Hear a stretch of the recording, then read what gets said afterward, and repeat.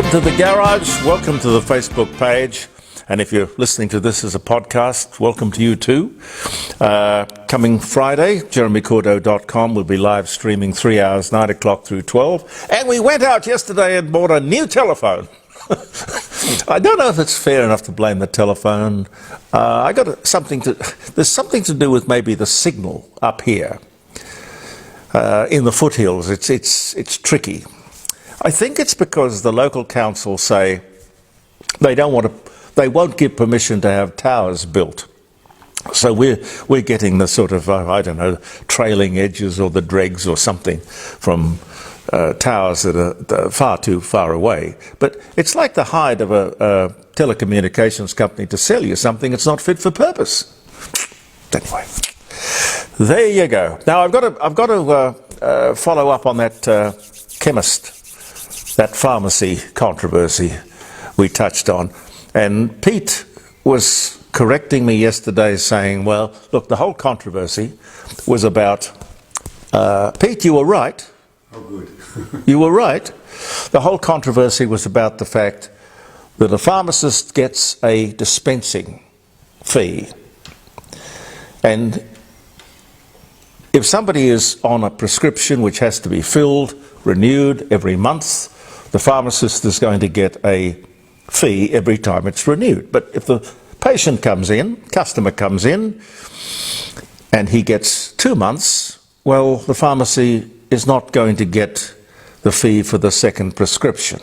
So I understand now what the kerfuffle was about. I couldn't imagine why saving the poor old customer a bit of shoe leather would be so controversial, but I see what they're on about. I'm sure the government could sit down with the Pharmacy Guild and work out some arrangement. I'm sure the pharmacies want something, the government wants something. I mean, this is negotiation. You just sort it out like grown-up people. Bit of give and take, huh? You don't have to waste hours and hours and hours arguing, just sort it out. We'll come up with the dates and the anniversaries and things. Interesting day today, but we'll get to it later. I mean, the anniversary is not so much the day. This is the day!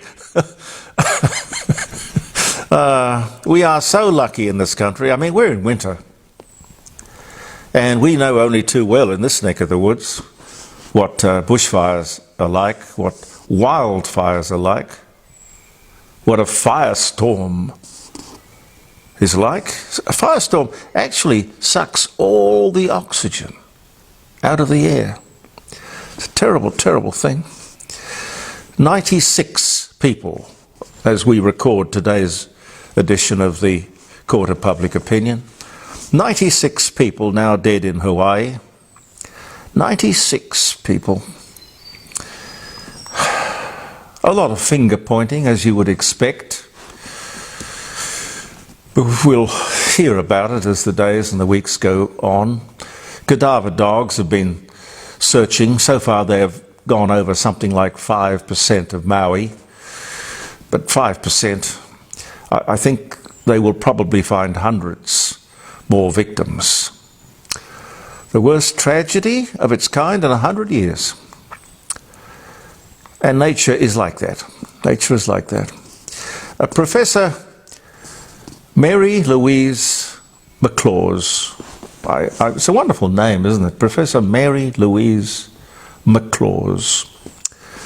She's died. She was 70. Brain tumour.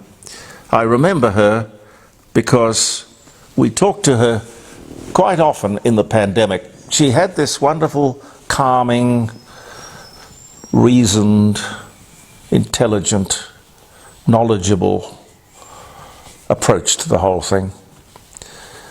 She brought a lot of sanity to what was a terribly panic-stricken moment in our history. We didn't know what was ahead of us. In effect, of course, it's still mutating and we still don't know what really is ahead, but we're a little bit more relaxed about it all. But Professor Mary Louise McLaws, it was wonderful to know you and wonderful to work with you. The July jobless figures out tomorrow. It'll be interesting to see what they show. Less pressure on the Reserve Bank or more pressure? Don't know. We'll have a look. The state and federal leaders gather today. Top of the agenda will be housing. And I mentioned this earlier in the week, I think Monday or Tuesday. Hard to know what they can come up with, but they are paid to come up with something. Let's talk about it when they do. I don't think they can afford to kick the can down the road. The next moment of truth for the Matildas tonight. Good luck. Good luck. They've really stirred up a lot of interest and passion. I didn't think women's football was all that popular, but there you go. It's doing the country good. And you can do it. You can. The corporate watchdog, ASIC, the cop on the beat, will give up checking the quality of the work done by the big accounting firms. The Big Four. What? After commenting that the standard of work being produced by these big firms has declined by 50%. Now, I don't know what the yardstick is or what a 50% decline in the standard is. I have no idea, but that it doesn't read well, does it? It doesn't sound good. Wouldn't you think the watchdog would increase its surveillance on such news or such findings, not decrease surveillance? Huh? Now, these are the same companies, by the way, the Big Four, who have been given more than $10 billion worth of work by the government. That's our money, $10 billion in the last 10 years. $10 billion.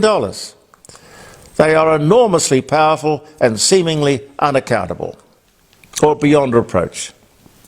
They are so closely involved with the government, from both sides of the deal, it would seem, that they can play the system like a fiddle. The Big Four. You know who they are. Now, according to ASIC, the quality of their work is not up to standard. Anyway, again, I say the government should use the public service, not consultants. We've got thousands and thousands of highly paid, highly qualified public servants in every field you could think of. If they're not up to the job, well, get rid of them and employ the people who work for the Big Four. Or employ the Big Four. But don't do both. That's plain crazy that we let them do that. KPMG have just been awarded, this is an example of the nonsense that goes on, a $46 million contract by the Australian Signals Directorate. Now, that's the top spy agency in Australia. The top spooks. It seems they got KPMG in to design a particular program. And then, for some strange reason, they were allowed to pitch for the work to actually run it. Apparently, the Australian Signals Directorate say they followed all the protocols, all the tender requirements. Well, surely you'd be suspicious if the requirements, and you are trained spies, remember, that if you followed all the requirements, there would have to be something wrong with the requirements or the tender process if they allowed the person who set up the project to pitch to be the firm to run it.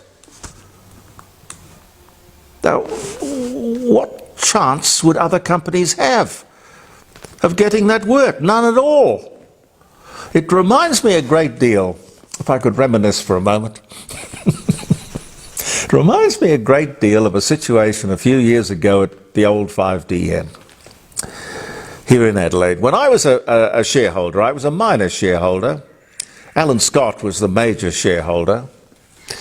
They made the decision to take a very successful talk station on the AM band and turn it into a music station on the FM band. Don't ask me why. Weird. Oh, I know why. Fashion or something. Now, I was managing director. I couldn't do it. I just wouldn't do it. I resigned. I just didn't believe it would work, and history showed that I was right. It didn't work. A risk, anyway, that we didn't have to take. But I didn't have control of the board. Alan Scott did, brought in a consulting company. Note the word. I would never have brought in a consulting company. A consulting company to look for the new management. To take over the new FM radio station. Weeks and weeks went by, and his people, the consultants, called everybody into the boardroom one day to announce the new management team. And the bloke stood up, straight-faced, and said, "Look, we have talked to hundreds and hundreds of possible general managers. We've searched everywhere.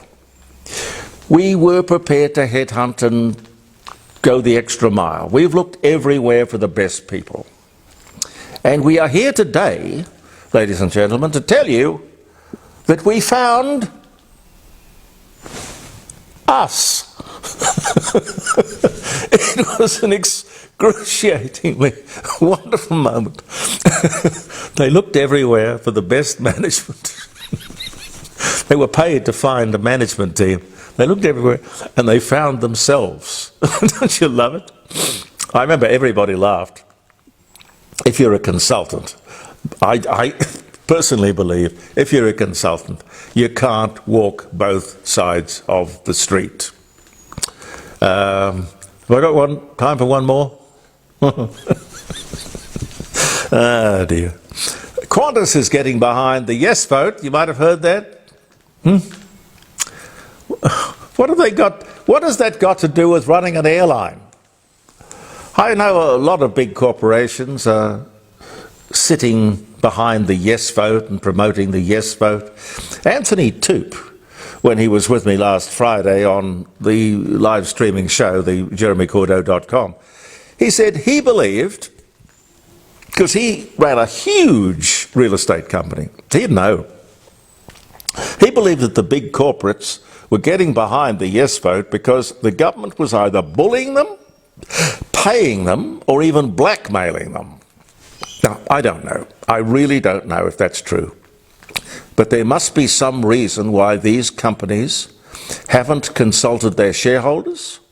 I refuse to believe the shareholders would give the board authority to take a political stand on something as divisive, explosive, as dangerous to this country as this voice thing. Anyway, more to come, ladies and gentlemen, and no doubt on Friday we'll get calls on our new telephone. I was okay with the old one because it seemed that we'd taken a bit of a shakedown day with it, and now we have to have another shakedown day with the new phone. I'm sure it'll be all right. What's the date, Pete? 16th. Yep, I got it. The 16th. The 16th, August the 16th, 1977. Oh, dear, oh dear. This is a sad one. Elvis Presley, American king of rock and roll, Hound Dog, Love Me Tender, Heartbreak Hotel, Suspicious Minds, Jailhouse Rock, King Creole. So many wonderful memories, really. Such a beautiful voice. Wonderful, wonderful voice. Dies at Gracelands at 42. Ridiculous, isn't it? 42, with the clinical cause of death being cardiac arrhythmia. 1977. I remember the day I was driving to work at the radio station in North Adelaide. I was driving to work and I couldn't believe it. Couldn't believe it. I mean, that was another day that the music died. 1955, Fiat Motors orders the first atomic reactor. I didn't know Fiat Motors were into atomic reactors, but there you go. Back in 1955. They must be into power or electricity production. 1896, Edwin Prescott patents the roller coaster. Have you ever been on a roller coaster, Pete? Yes. I haven't. I would not be so stupid. Come on! I'm a mad mouse, if that's what you call a roller coaster. Well, no, but you wouldn't jump out of an aeroplane. You wouldn't get in the Titan. You wouldn't get in a spaceship and pay one of those entrepreneurs $1 million to go up and circle in space. Why? You did do a bungee jump. Well, I would not do a bungee jump either. Oh, God. What was the bungee jump like? Well, I regretted it afterwards because I nearly threw up. Oh, well, you hanging upside down by your feet? Yeah, I can understand that. You wouldn't do it on a full stomach, would you? Ah, lordy. 1888, T.E. Lawrence, British author, soldier, diplomat, famous for his liaison role in Arabia during World War I. He was born in Wales, died in 1935, born 1888. Madonna, 1857. That can't be right. Not Madonna the singer, anyway. I'm just being silly. No. Madonna, American singer and actress, was born in 1956. Sorry, 1958. Aretha Franklin, American singer, known as the Queen of Soul. Respect, think, chain of fools. Pianist, songwriter.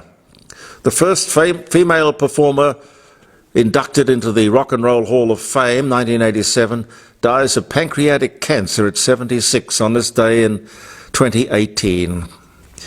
The first colour sound cartoon, Fiddlesticks, 1930. A whole bunch of ex-Walt Disney people released that. 1962, Steve Carell, the American actor, comedian, The Office, born 62. Idi Amin, the Ugandan dictator, 71 to 79, who killed an estimated 100 to 500,000 people, dies of kidney failure, aged 75, on this day in 2003. Well, I mean, his firing squad should have got him. Michelangelo awarded the contract to create the statue of David in 1501. IBM introduces software for artificial intelligence way back in 1968. It's been around for a while, lurking around. Ringo Starr replaces Pete Best as Beatles drummer. First official concert 2 days later. The year, 1962. Britain's Queen Victoria telegraphs US President James Buchanan for the first time by transatlantic telegraph cable. He replies, "It is a triumph more glorious because far more useful to mankind than was ever won by conqueror on the field of battle." He could have just said, "G'day."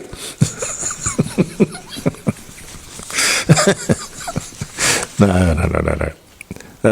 Robert Ringling, the circus master, he was born in Wisconsin in 1897. Robert Ringling, Barnum and Bailey, Ringling Circuses. Yeah, that makes sense.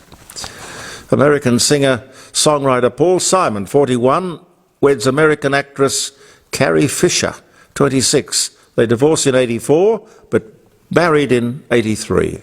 That lasted 12 months. Oh dear. Anyway, if you remember the day for any reason, I hope it's been a happy one so far, and it'll continue to be a happy one.